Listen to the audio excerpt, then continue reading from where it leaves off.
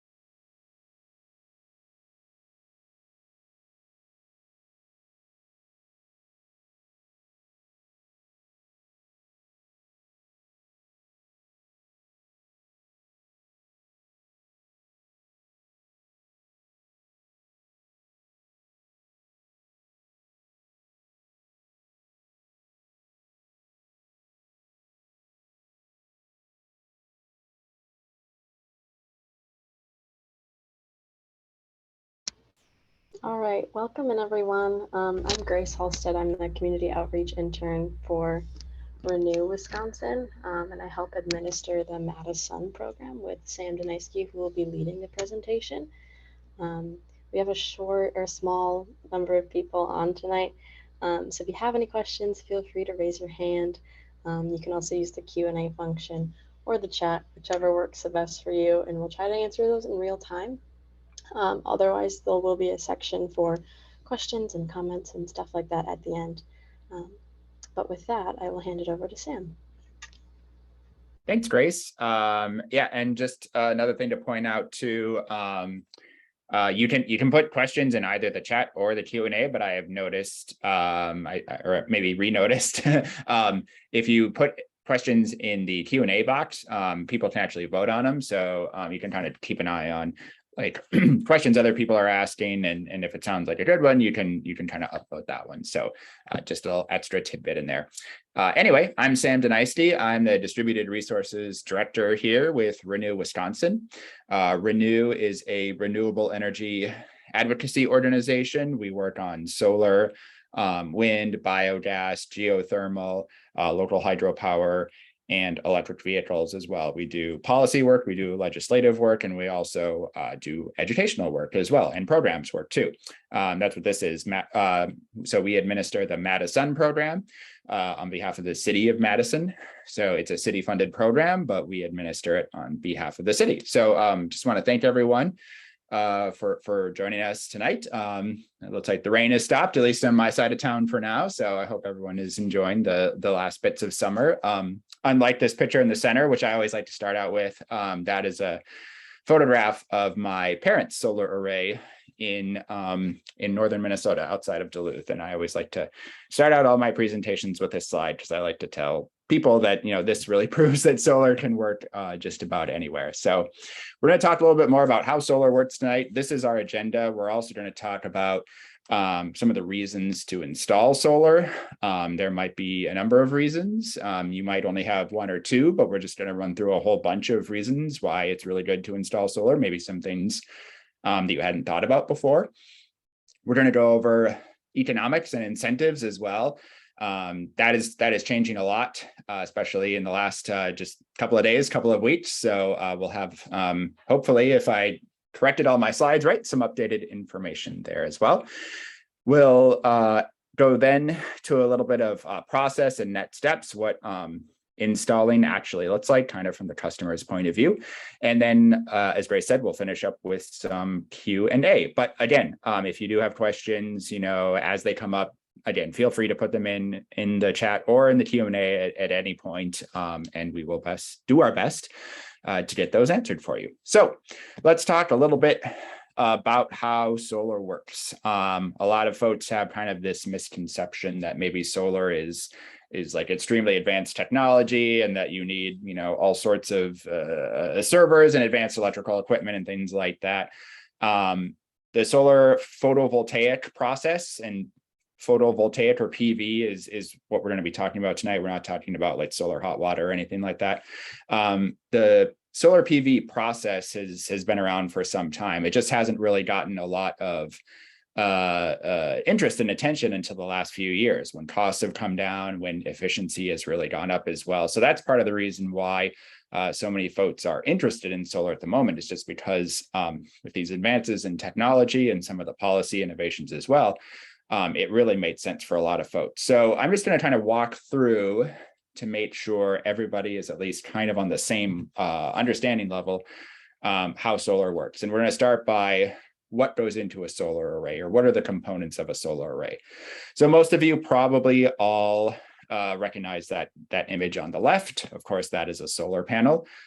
Most of you also probably recognize that image in the bottom center. That is an electric meter. So that's what, you know, tells your utility how much electricity you've used and how much they need to charge you and things like that. The other two images are maybe something that some folks haven't seen before. So that image in the top center, that is an inverter. So an inverter kind of does the behind the scenes work. What that does is it converts the DC electricity that the solar panels make into AC electricity, or alternating current. And that's typically what our homes and our electronics and our appliances use for electricity. We use alternating current. So the inverter has a very, very important job. And also that image on the right is also an image of an inverter as well. It's just a slightly different kind. So those small square, I don't know if you can see my cursor here, but these small square metal components here, those are the microinverters. So they do the same exact job as this image here in the front center. They're just smaller, and each microinverter is attached or very close to the solar panel itself. That image on the right also contains some racking materials as well. So that is what the solar panels actually sit on. So if you look, it's a very sound structure. If you can see, again, I'm not totally sure if you can see my cursor, but right in the center there of that image on the right, you can see where it's mounted into the roof. The mounting process is really important because obviously you don't want your roof to leak. A lot of rain and snow and other precipitation hits your roof. So obviously those penetrations have to be sealed completely. So that's a really important part. Anyway, so those are basically the components right there. I show obviously the inverter because it's a very important part of the process. Everyone, of course, knows the solar panels are a big important part of the process as well. But the meter is also really important too, and we're going to talk about that in a little bit. I want to kind of shift gears though and talk a little bit more about the panels. So this is sort of all of the components working together. And actually, let me go back here for just a second. I'm sorry. If I can, let's see here. There we go. Yeah. Sam, real quick, I think we're still in preview mode, so we can still see your slides, but they're just a little small. Oh, okay. Let me exit out of present that mode. quick. Okay. Let's see if this works better.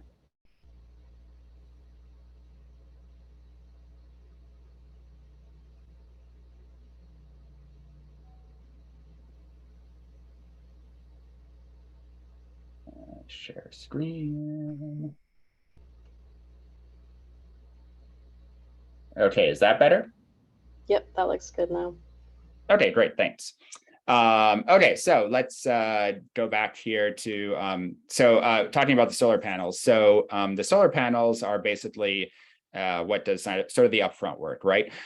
Each solar panel contains these solar cells. That's these little squares here within the solar panel. Those cells are made up of two different layers of silicon. And when the photons from the sun hit that layer of silicon, they excite the electrons within it. And then those electrons get funneled into some wires. And then, so I'll move on here to this next slide if I can. There we go. So this is sort of all of the components in action. So like I said, when the sun hits the panels, it excites the electrons. Those electrons are then funneled into some wires, which come down here to our inverter. And again, the inverter is where that DC electricity is changed over to AC. Again, if you have microinverters, this middle part in the process here will be taken out, and those inverters, like I said, will just be sort of right next to or even part of the solar panels themselves. Once it goes through the inverter, it will flow into your circuit breaker box. And from that point on, the breaker sort of allows that electricity to flow out to your appliances, to your lights, to your electronics, et cetera, et cetera. At night, when the, sorry, let me go back for a second. So this is a grid-tied solar array. 99% of these solar arrays that we're going to be talking about are grid-tied. We can talk a little bit about off-grid later if you want, but for now, we're going to just keep things to grid-tied arrays for now. So at night, when your solar array, when your panels are not producing any electricity, what will happen is electricity will come in from the grid like it normally does, like it always does. It will flow through your meter, and then it will flow again into your circuit box and then throughout your house and throughout your home. Another fun part about solar is having it grid tied means when your solar panels are producing extra electricity, which they often do, that electricity will actually flow back out onto the grid. And that is why the meter comes into play really importantly here, because that meter needs to be able to basically dial backwards. And that's what it does when you produce excess electricity. So as you produce excess electricity, your meter essentially ticks backwards and you get a credit for that as a homeowner. And most utilities, to a certain extent at least, have a 1-for-1 credit. So for every kilowatt hour you put out onto the grid, you're able to bring in 1 kilowatt hour off the grid, basically free of charge. So it's in a way, it's kind of like having a virtual battery system as well. A lot of people are interested in batteries right now. That's great. Batteries have definitely come down in price. We expect them to come down even more in price. But as you can see, having a grid tied array really means you don't need a battery backup if you don't want one, and if you can't afford the cost, which a lot of us cannot. So the process by which the meter kind of dials backwards and then dials forward, and how it relates to your electricity bill is called net metering. So basically what that means is you pay the net of your meter each month. So as you can see here at night, you're going to take in electricity typically like you normally do. And then, sorry, during the daytime, when your solar panels are producing excess electricity, your meter will dial backwards. So again, this is a way of kind of like banking electricity or saving your electricity or rolling over electricity from the daytime to the nighttime or to other cloudy periods or any other time of the day, basically, when you need to pull electricity from the grid. So it's a really convenient way of, not only saving some money on your electricity bills, maybe also, curbing your carbon emissions as well, but also, like I said, kind of being able to still do all the normal things that you would normally do. So this is another, perhaps a better visual representation of what net metering means. So this is a daily time graph, and this is a real person's consumption and production. So their consumption, as you can see here, this is in the red. So this graph starts at midnight here. This person is using electricity kind of off and on through the overnight hours. And then around 7 o'clock here in the morning, the sun comes up. So their solar array starts producing electricity, continues to produce electricity past noon. This person's array probably faces slightly southwest maybe. And then that production starts to wane as we go through the afternoon hours. And then around 6 o'clock at night, that production cuts off completely. So the area in green here, that is essentially the energy that is flowing out through your meter, flowing back onto the grid, and that's the credits you're getting. The area in blue, which as you can tell is pretty small, that is that part of the graph represents where this person's home is consuming that solar electricity in real time. So as you can see, net metering represents a great opportunity for us as homeowners to kind of take this area in green and kind of like smoosh it down and spread it out amongst those areas in red. So most utilities will have what we call a monthly true up. So at the end of the month, they calculate how much electricity you consumed, and they also calculate how much electricity you produced. And then they just basically subtract those and figure out what your bill is, plus all of your customer charges and things like that. So that's I think a better way to kind of visually represent what net metering looks like. But if you have questions on that, please, again, feel free to ask, because it is kind of a complicated concept, and I know I'm just probably only brushing the surface of it. So please do ask if there are any. And then the last thing I want to point out here is a solar ready home. So this is kind of when we talk about what goes into a solar array, we need to talk about how your roof is structured, or wherever your site is structured, I think is what we need to talk about. Typically, we're talking about roof space, because most folks in the Madison area, in the Dane County area, they're probably not going to have a whole lot of land to use for their solar panels. So they're probably going to put the panels on the roof. So ideally, you want to have an unshaded roof. It's probably really obvious, but if you have things like trees, other buildings, other things that might be blocking your sun path, that might be shading your roof, that's really going to cut into your production capabilities. It doesn't necessarily mean you can't do solar or you shouldn't do solar. It just means, you're going to have to put in more panels, or there's going to be a longer return on investment time or things like that. So you can still do it, but ideally, you want to find the part of the roof or part of your land area that gets the most sun from day in and day out. Second thing you want to look for is a newish roof. One thing I should have pointed out on the solar panels is all of the panels that we use in our program, both of our installers have 25-year warranties.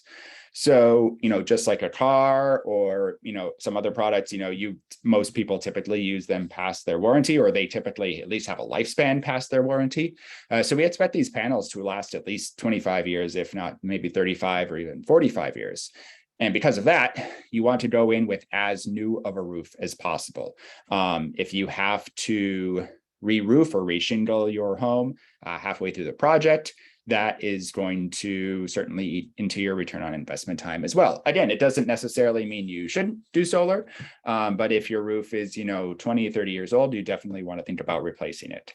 If it's, less than 10, you're probably good to go. If it's between 10 and 20, then we really get into the weeds quick as to, how much has your roof actually worn right over that period of time. So ideally, like I said, as new of a roof as possible. A south-facing roof is best. This actually used to be kind of the first bullet point we ran through back, even just as little as 5-10 years ago. Really east and west facing roofs pretty much didn't work with the solar capabilities that we had. Now, however, assuming they're unshaded, east and west facing rooftops are totally fine, especially with the net metering policies that we have in place. West roofs are typically even better, but of course, it really just depends on your situation. If you have an east facing roof that is totally unshaded, that is definitely what you should go with. And then last but not least, we tell folks to try to make some energy efficiency measures or cuts to their home. If you have a home that has, old appliances, incandescent light bulbs, things like that, you want to upgrade that electricity, those electricity sucks, if you will, or those items that use a lot of electricity, and update them into more efficient appliances and components and things like that. The reason for that is if you can curb your electric use from the start, that means you don't have to purchase as large of a solar array, and then you can afford to purchase a smaller one, and in theory, either make that payment easier or be able to pay it off a little bit easier as well. So ideally, you want as energy efficient home as you can get. Obviously, not all homes are created equal. Newer homes are typically going to be a little bit more energy efficient. And then certain appliances and things like that, of course, can skew it. If you have a pool or a hot tub, that can definitely change things pretty quickly. So that takes us to the end of kind of the first part of the presentation. So I'm going to shift gears a little bit now and go on to reasons to install solar. So the reasons you have are more or less indifferent to us. We just want to kind of provide you with some other like sort of perks, if you will, to going solar. You know, a lot of what we do is kind of quell the misconceptions that surround solar. You know, what happens at nighttime, we already kind of covered that. You know, it's Wisconsin, do we really get enough sun, things like that. Is how expensive is it going to be? So I'm going to start right there and just kind of show you this graph here. So this is what the cost of solar has done over about the last decade plus or so. So that this yellow line here represents the cost per watt of where solar has gone over the last 12 years or so. One thing to point out, this does include utility scale solar arrays, so that price is a little skewed. If you look at 2021 price, and if you're getting a quote from someone, you're going to notice the price for your residential system is not around $1.50 per watt, unfortunately. But this is just a blended average, so it just kind of shows how the cost of solar has dropped over the last 12 years. Now the blue bars indicate how much solar we've installed. So as you can see, these blue bars, the amount of solar that we've installed by megawatt has also increased rapidly over the last decade or so. And that is part of the reason why the price has been able to come down a bit. It's certainly been due to changes and increases in technology and efficiency. But a big part of it is just economies of scale. Countries like Germany, China, South Korea, investing big time in solar panels and being able to kind of bring down that price per watt. The other thing, and sorry, my mouse isn't working here. There we go. Another reason to install solar is you're going to be in good company. This isn't a new phenomenon anymore. A lot of people, whoops, and now my mouse is finally working, of course. So this is the amount of residential, at least installations that have happened here over the last about 5 years or so. This is actually projected as well, as you can probably guess, because obviously we're not in the year 2027 yet. But this is where solar installations are expected to go and kind of where they have been. So production, or I should say adoption rather, has also really ramped up in the last few years. It also creates a lot of jobs. You know, these projects cannot be automated. They can't be outsourced. So we need real, breathing, living individuals in our communities to actually install these. The person in this photograph is my friend, Michael Reuter from Midwest Solar Power. So that is another reason to install solar is you're actually really contributing a lot to the local economy. You can probably tell that I like moving images a lot. So solar is also really reliable. It's yet another reason to go solar. And a lot of folks, you know, if you haven't seen a panel close up, you might just assume it's kind of like a pane of glass and that it's, you know, kind of flimsy and delicate. Couldn't be further from the truth. It's actually more like a basketball backboard, if you can kind of picture that. It may be even a little thicker than that. Actually, it doesn't warp quite as much as that. So they're very sturdy materials. They can withstand pretty large hail. They can withstand hurricane force winds, assuming they are mounted right. Most solar panels that are on residential roofs now are flush mounted to the roof. It's a good indicator of how old a solar installation is. If you're driving around town and you see one that's kind of like got the elephant ears look to it, that's probably going to be an older array. Whereas if you see panels that are just flat with the roof, especially if they're black panels, that's going to kind of indicate to you that it's a newer array. So that's how most of the solar panels are installed now. The one thing I do kind of stress folks on is snow. So I'm going to say this really bluntly and really slowly. If snow falls on your roof, and it is going to cause those panels to not make any electricity. That's just the fact of it. If you cover up a solar panel, it's not going to make electricity. The good news is, because as you can see, solar panels are typically like a darker colored material, because they're installed at a bit of an angle, that snow eventually will melt and slide off of your panels. And it's probably going to do it faster. It's definitely going to do it faster than your surrounding rooftop or even the surrounding ground as well. But it isn't completely uncommon in the winter for you to lose several days or even several weeks of production.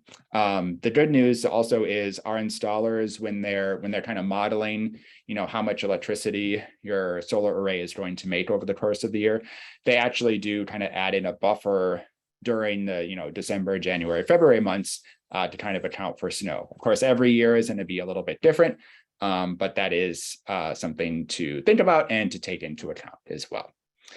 The last thing I want to talk about here in terms of reasons to go solar is a little bit more of a selfish reason, excuse me. But it's a good reason, and that is solar increases the value of your home.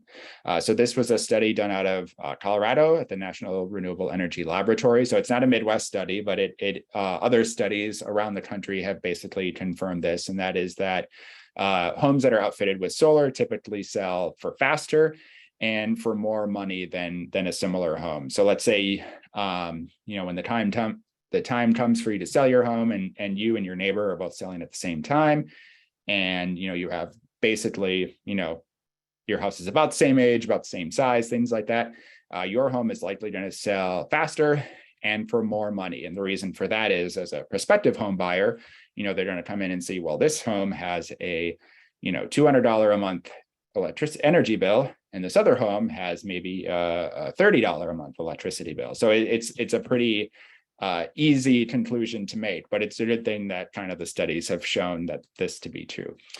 So that is, I'm going to just take a second here to take a sip. So that brings us on to probably what most folks are interested and excited about, the economics and the incentives part of solar. So before I really get into that, I just want to talk about the fact that this MadiSUN is a group buy, and I just want to kind of explain some of the benefits of joining a group buy. So above and beyond, above everything else, I should say, we help to simplify the process. So you don't have to go out and solicit bids from 4 or 5 installers. You don't have to figure out, which one is going to be the best. You don't have to do all this extra research to find out, where should my panels go, or does it even work with my house, given the trees that are around it? So we try to just make it as simple as possible.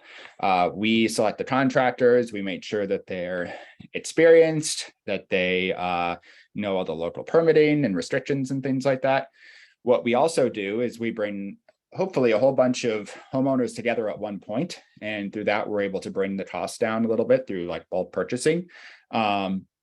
Typically the group buy discount rate will look different between different group buys. So for the MadiSUN group buy, typically it averages out to about a 5 to a 6% discount, although it could be less than that and it could be more depending on the size of your system, the additional components that you add on and things like that. There's not going to be just a straight, line where it says MadiSUN discount or anything like that. But basically what we're able to do is by bringing a whole bunch of people together at the same time, we are able to bring down those costs a little bit. We also, like I said, kind of do sessions like these where we educate you. We can talk through, your home's layout, your energy consumption, when the time comes, if you get a proposal or a contract, what that looks like. If you need help, if something doesn't seem straightforward there, we can help you out with that as well. Overall, we just make it super easy, and really all group buys have some of these elements to them. It's part of the reason why this sort of why group buys are so popular. So this is actually a chart from all the group buys that took place in the state in 2021. So quite a few systems were installed thanks to group buys. I don't know what proportion these are. So these are all around the state also. I don't know what proportion these are to like the total residential solar installs in the state, but it's a pretty significant amount. So it really represents a great way for folks to learn about solar, and again, to get a great product at hopefully a good price as well. So speaking of price, let's get into some of the incentives and some of the rebates. So the first one that I want to talk about is through the Focus on Energy program. If you folks have not heard about Focus on Energy, I definitely encourage you to Google it. Wait till the presentation's over, of course, but as soon as that happens, go and Google it, because there's a lot of great programs, great rebates designed around energy efficiency and reducing your energy that you can take part in. Everything from free LED light bulbs to rebates for solar panels. And the rebate for solar right now for a residential system in Wisconsin, assuming that your utility is a trade ally of Focus, is $500. So it's just a flat rate. It doesn't matter if you install a 3 kilowatt system or a 20 kilowatt system. There is a maximum, an adder, I should say, if you reside in a rural residence. I don't know if many people on the presentation tonight qualify for that, because it's typically you have to be in a pretty rural area. But if you do live in one of those zip codes, and I think Grace might be able to put that in the chat as well, you can qualify for up to $1,000. So it's not a ton of money, but every little bit helps. Again, the big part about Focus is as a Wisconsin utility ratepayer, you pay into this program. So you should definitely look into the programs and the rebates and incentives that they offer, because some of them are really beneficial, and it's really just a great program. The other big sort of incentive or rebate that we talk about is the solar ITC, or the solar investment tax credit. So up until 2 weeks ago, that was slated to be 26% this year, and it was in a slight step down to 22% next year and go away completely for residential in 2024. Thankfully, thanks to the passage of the Inflation Reduction Act, that 26% has been replaced by a 30% investment tax credit, and that credit goes until 2033. So for quite some time. I won't have to, thankfully, update my slides very much in the next few years now that this bill is passed. So 30% is not, it's only 4% more than 26, of course. So it's not going to amount to, thousands and tens of thousands in savings for a residential system. But every little bit helps, of course, and that 30% really is important to a lot of folks. And the fact that it's going to be there around until 2033 is really important as well. We had a very popular year this year for the group buy. It is still open for, I believe it's 6 more days. Our installers are very busy this year because, for the first 8 months of the year, everyone thought that 26% tax credit was going to be ramping down starting January 1st. So thankfully, it is not ramping down, and we'll have it in place until 2033. So that gives our installers a lot of time to kind of catch up and hopefully catch their breaths as well. So now that we know kind of the basic incentives and rebates out there, we can do sort of a ballpark cost. So again, this cost is going to be based on a 5 kilowatt residential solar system. So a 5 kilowatt system is going to be roughly like 18 to 20 panels, maybe a little bit more, maybe a little bit less, depending on the efficiency of them. But it should be pointed out that each system, each home is going to have their solar array designed specifically to meet the needs of that house. So it doesn't necessarily matter how big your home is or how much roof space you have. It really only matters how much electricity you use. Ideally, we try to aim for about 90 to 95% of your electric use, maybe even a little bit more if some people are really, adamant about saving more money. But typically we shoot for kind of that 90 to 95% range. So again, this cost exercise is just based on a 5 kilowatt system, which happens to be kind of the average for the Dane County area. So with our group buy price, it's going to be approximately $15,000. Again, that price could go up a little bit depending on if you have other things added onto it, certain components or other components or other materials as well. If you qualify for the Focus on Energy rebate, you can receive that $500 credit. Something I should have pointed out earlier when I was talking about the Focus on Energy rebate is that there are some qualifications you have to meet. Your rooftop has to meet in order to receive that rebate. So your rooftop has to face within, it is 130 degrees of due south. So basically everything that doesn't face due north and has less than 15% shading should qualify for that rebate. So most homes now at this point qualify, assuming you don't have a lot of trees or, again, other buildings or things shading you. The good thing about the tax credit, no qualifications there. The only qualification I should say is that you pay enough in federal income taxes to receive that. So for this system, for instance, you would receive $4,300, $4,350 back. If you only pay, let's say, $2,000 into federal income taxes, you won't be able to get $4,350 back. You'll be able to get $2,000 back. But then the next year, you'd be able to get another $2,000 back. And then in the third year, you could claim that last $350. So if you don't pay enough per year into federal income taxes, that's okay, because you can continue to kind of collect those tax credits until they're basically used up. So that brings us to an out-of-pocket cost of around $10,000, $10,150. So it's a pretty decent, savings that can be obtained through tax credits, through focus on energy rebates and things like that.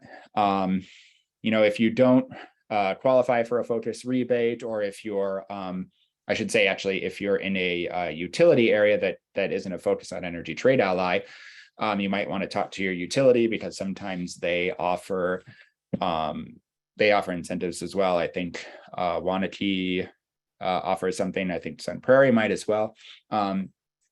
So something to think about there. The other just point I want to make briefly is that the focus on energy funding period is going on right now. So it's possible that those rebates could be changed as well.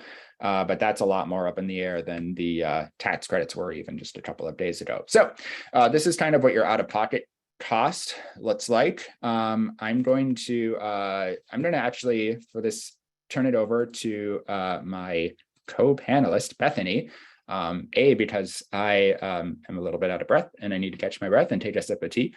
And also because I want Bethany to talk a little bit more about financing, because Bethany represents Green Penny Bank. So Bethany, take it away. All right. Well, like Sam said, my name is Bethany, and I am a residential solar lender that works at Green Penny Bank. And so Green Penny is just a virtual bank that we focus on renewable energy projects. So any money that comes into the bank, any investments, we just reinvest that right into renewable energy projects. And the majority of our projects go towards solar panels, whether it's residential projects or big commercial projects for businesses. We can do all different kinds of solar projects. So with that being said, even though we are a virtual bank, we do have a physical location located in Decorah, Iowa. So it's about 140 miles west of Madison, Wisconsin, or about an hour driving time from Prairie du Chien. So just on the other side of the river, the Mississippi River. And there's a couple of different ways when it comes to financing that we can structure loans for customers. So either way, we can finance 100% of your project and we don't require any money down, but what we try to do is start with your current electric bill, and then we try to match your solar payment to what that electric bill would be. So that way it can still remain in your budget if you allot for an electric bill each month. Other customers, they would rather just pay it off as quickly as they can. So therefore they choose to increase their monthly payment, but then shorten up the term for financing. So we can do either one of those. And then we can also take into consideration the federal tax credit that people might expect back on their tax return. So we can use that tax credit to offset the monthly payment to get it closer to their electric bill, or we can just apply that federal tax credit to their loan to help pay it off faster, and shorten up that term. So I guess speaking of terms, we can go all the way up to 20 years.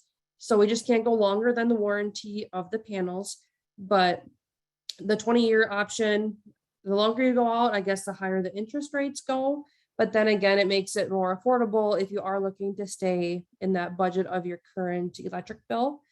Usually the 20-year option gets you closer to that, but with no prepayment penalties, a lot of customers tend to pay that off, about half the amount of time once those incentives and those credits come back from utility companies or on their taxes, anything like that. So like I said, we are a virtual bank. A lot of things are handled online or over the phone or through email. So it's not something that you have to take time out of your day to come visit us or get the loan structure and loan process started. So we work extremely hard to kind of make it work within your budget. And that way, too, if you guys have time after work, we're available by email and things like that as well to make it convenient for the customers too. So feel free to go out and learn more, kind of do some more research, whether it's with your utility company or a solar installer. But our website is www.greenpenny.bank. And so instead of .com, it's just .bank. And we have residential calculators for projects where you can just run estimated payments. And then too, if you'd rather speak with somebody, if there's questions, we're always available by phone.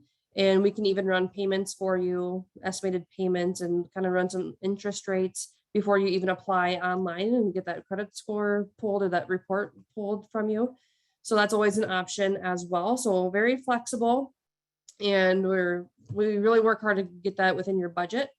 So I guess that's kind of everything I've got, but we'll be happy to answer any questions you might have. Thanks, Bethany. Yeah, financing is super important, especially because a lot of folks, as you can probably guess, don't have these sums of money just sitting around, right? Another thing to point out, whether you're financing or whether you're paying, out of savings or out of your own checkbook, you will have to pay this $15,000 amount or whatever that system cost is. Both the Focus on Energy rebate and the tax credits come after the fact. So something to keep in mind there as well. I'm going to move on because now that we know the cost of our system, or our out-of-pocket cost, I should say, we can actually calculate the value of our solar energy system, or I guess an easier way to say this is we can calculate our return on investment time very easy, because if you get a utility bill, you can see on there every month how many kilowatt hours you consume, and you can see how much that cost is.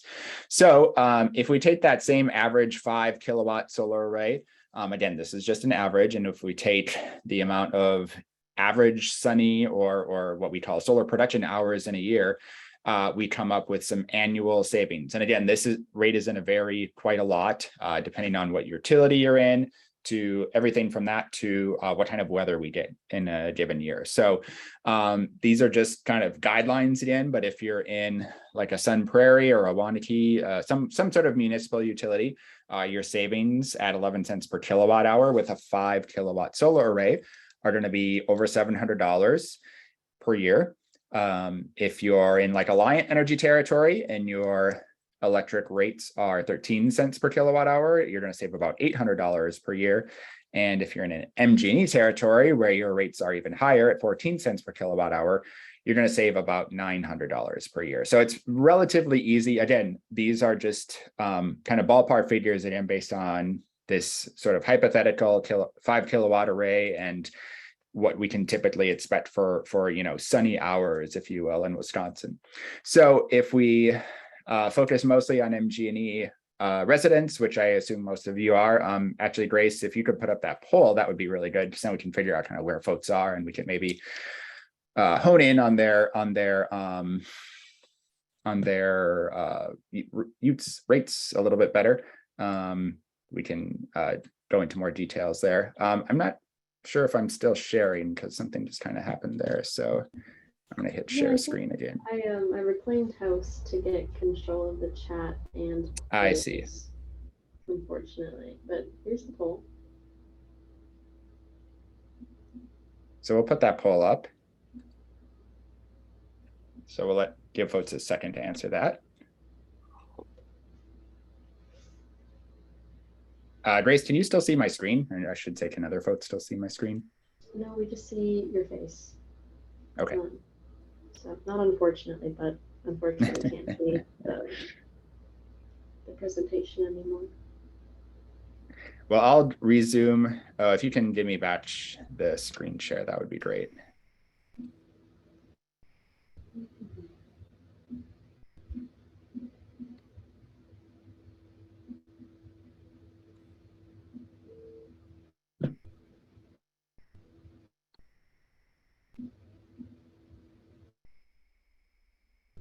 Does that work? Okay. All right, hopefully that will work. If not, someone just pipe up and let me know.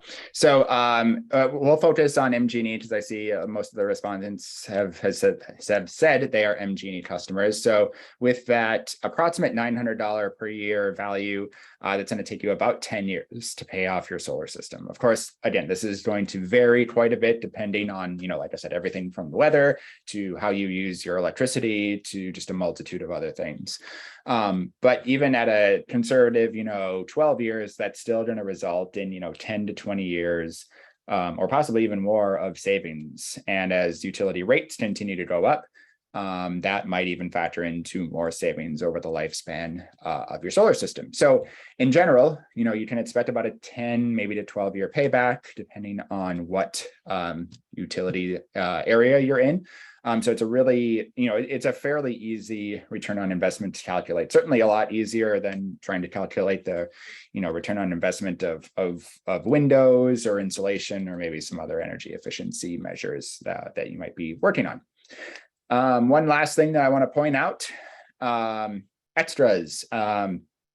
This year, both of our installers who are Arch Solar and Full Spectrum, they are offering EV charging as well as battery systems. You don't have to get a Tesla. I'm not a particular fan of Tesla. Just these are the images I happen to have. So typically a lot of electric vehicle charging is done at night at home.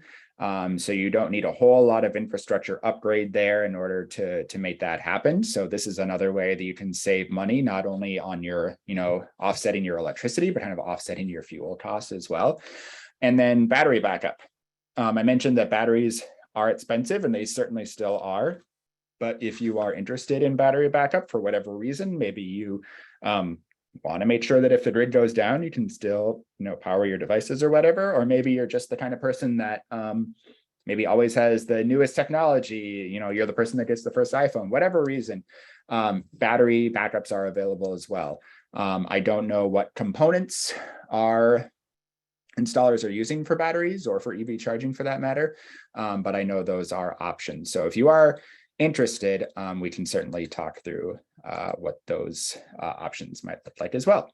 So we'll move on now because it's getting kind of late in the program to how to install. So this is kind of what the steps will look like, excuse me, as a homeowner. So first and foremost, if you haven't done it already, please sign the I'm interested form. Once you've done that, I'm sure most of you probably already have, but after that, you'll get a phone call from us here at MadiSUN, probably Grace, possibly myself as well. We will discuss your home's energy consumption. We'll talk about your roof and shading. We'll give you some ballpark numbers on size and cost and the rebates and things like that.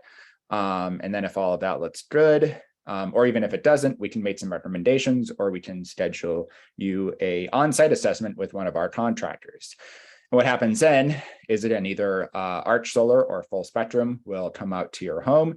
They'll do a much more thorough evaluation of your roof, of your electric panel, and they will lay out your solar potential in much more detail. And from that point, they will issue you a proposal that will lay out specifics on size or capacity, the type of panels you're going to need, or the type of panels that you're going to purchase, I should say, how many panels you're going to purchase, where the panels are going to go, all sorts of things like that. They'll go through, again, not only the cost of the system, but how much they project how many kilowatt hours per year they project your system to make, kind of some financial analysis and things like that as well. If that looks good, from that point on, they will issue you a contract. And if the contract looks good from that point on, you will sign it and they will come and install your system. I happen to know right now that our installers, again, I talked a little bit about how this year has been very, very popular for solar, because for the last 8 to 10 months, really, a lot of folks assumed that 26% tax credit was going to go away, or I should say was going to be reduced. So our contractors are booking out into 2023 right now, which isn't a big deal for the amount of the rebate that you'll get. If anything, it's just going to go up. But you will have to wait until 2024 now to get those tax credits and some of those other incentives as well. Maybe not the focus on energy rebate, but certainly the federal income tax. So in general, the process can take several weeks to several months. Ironically, the last point there, number 6, the construction of the solar array only takes about a day, maybe 2 days if the weather doesn't cooperate or if there's a tricky electrical upgrade or electrical components that need to happen. So the actual construction of the array actually happens really fast. It's all of these things, the planning, the getting permits and things like that that typically take a little bit longer. So that's obviously kind of a Cliff Notes version of what the solar installation process looks like. But that's kind of what you can expect as a homeowner. So yeah, looks like we do have some time left here for questions. So I'm definitely going to open it up. I really encourage you to ask questions because I try to go through as much as I can, but a lot of times more information actually comes out during the Q&A session. So please let us know if there's anything. I'm going to invite Bethany back in as well in case there are any questions on financing. In fact, Bethany, I actually have a question too, because we've been talking at least internally in our Renew office about, the tax credits a lot over the past couple of days. And I'm just wondering, is there a way for a homeowner to, if let's say they have a $10,000 system, can they pay like $5,000 on their own and just do the rest of the financing through you folks? Yep, that is an option. We don't require money down, but some people choose to finance the portion of the tax credit themselves. That way, when they get those back, they just sort of reimburse themselves. Or we can just finance the tax credits alone as well. So that way the loan's only written for a short term, about 18 months is what we usually extend the tax credits to. That way, sometimes you can have enough time to get those back on your tax returns and get those filed. But it is an option that we can just finance a portion of your project if needed, whether that's the amount of the tax credit or anything beyond that as well. And what would you say, is it more common for people to finance the full amount? Is it like a mix? What would you say is like normal, or what would you say is what most folks typically do? I would say a majority of the time people finance a full amount of the project. I would say maybe about like 20% of the time we only finance a portion of the project.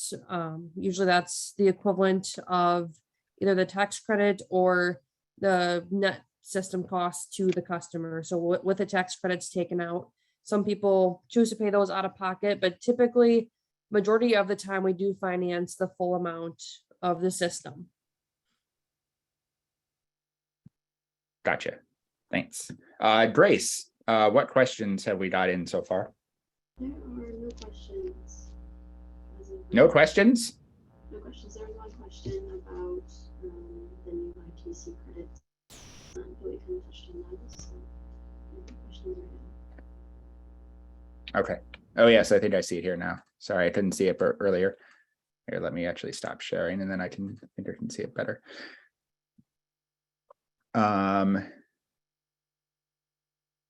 Now that the Inflation Reduction Act has been signed, are incentives and tax considerations going to get even better as a result?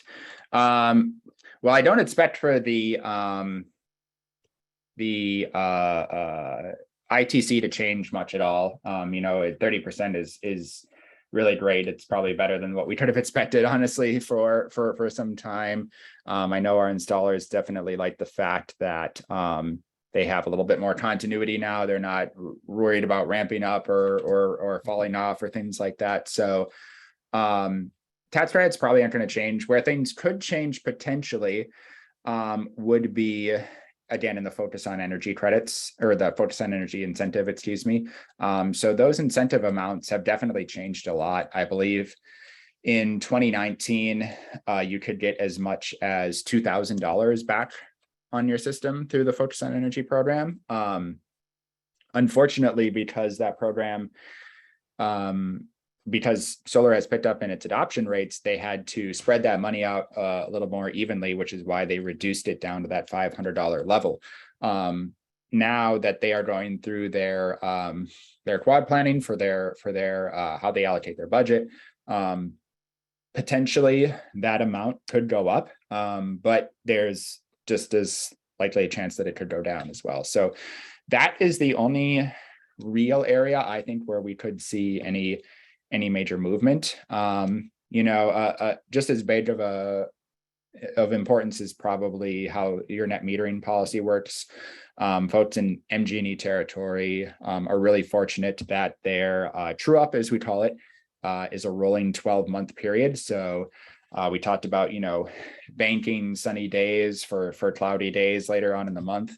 With MG&E, you can actually do that over the course of an entire year. So, months like we're in right now in the summer, you can actually kind of accumulate, credits or kilowatt hours to bank for later on in the year and the dark, snowy months of Wisconsin winters. So it's really that, in my opinion, is maybe just as advantageous, if not more advantageous than those kind of accumulative like tax credits and other incentives and things like that. So I doubt too much is going to change. Again, more likely things that are going to change would be electric rates. They did go up a little bit last year for MG&E. I don't know if they'll go up again next year, but it is something that you have to keep in mind. I always tell folks best time to install solar was probably like 3 years ago, back when the Focus credits were up a little bit higher, and when the Focus rebate was up a little bit higher, and when the